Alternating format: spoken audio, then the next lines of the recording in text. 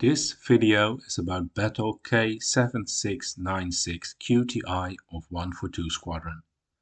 This aircraft crash-landed on the 19th of May 1940. It was shot down by ground fire during an attack on enemy targets west of Laon and belly-landed near Bosmont-sur-Serre, east of Marle. This aircraft, previously coded QTM, had only been returned to the squadron 7 days earlier, following repair by No. 6 Repair and Salvage Unit to damage suffered in a landing accident at Berry-au-Bac airfield during the night of 4 to 5 March 1940. The crew of Battle K7696 were Pilot Officer Howard Hamilton Taylor, Sgt Stanley Lang, and leading aircraftman Herbert Long. They were all made prisoners of war by the Germans. Sgt Stanley Lang was born on the 26th of February 1911 in New Malden, a suburb in southwest London.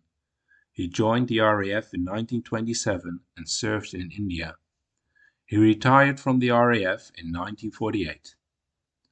Leading aircraftman Herbert Long was born on the 7th of January 1920 in Nottingham.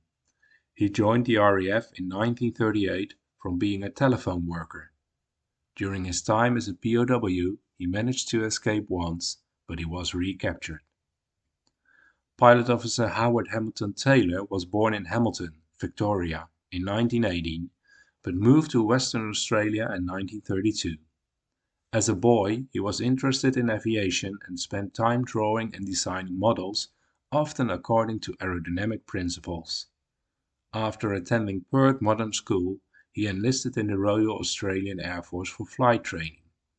Howard described this time as one of the happiest periods of his life.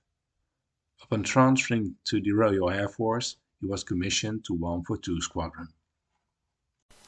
In May, Howard's plane was shut down, and he was interned for the duration of the war as a prisoner. Taylor reflected on his life's direction. A quote from him says, "My 5 years in prison, war camp, was the most important time of my life artistically, because that's when I did accept the fact that I might head that way and go deeply involved in it."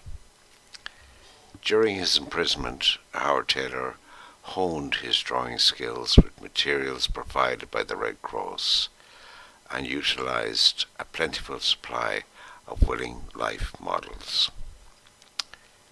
Many of these early drawings are in the State Art Collection in Australia. He survived, and through his art gives us a glimpse of what being a POW was like.